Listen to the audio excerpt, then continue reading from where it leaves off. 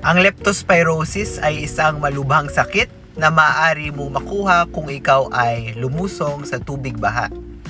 Ang leptospirosis ay dulot ng isang uri ng bacteria na natatransmit sa pamamagitan ng ihi ng mga daga kadalasan, at ang kontaminadong ihi na ito ay maaaring humalo sa tubig baha. Kung kaya't kung ikaw ay napalusong at mayroon kang sugat sa paa o sa binti, ang bakterya ng leptospirosis ay maaaring pumasok doon sa sugat at magdulot ng infeksyon sa iyong katawan.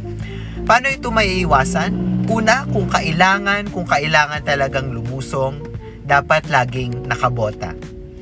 Pangalawa, kung walang bota at napasulong ng di oras, halimbawa emergency, mayroong gamot na maaaring inumin upang ma-prevent ang pagkakaroon ng leptospirosis infection. Ang tawag dito ay prophylactic na gamot, pang-prevent. Ang tawag dito ay doxycycline. Ngunit mga doktor lamang ang maaaring magreseta nito. Hindi ka maaaring bumili mag-isa.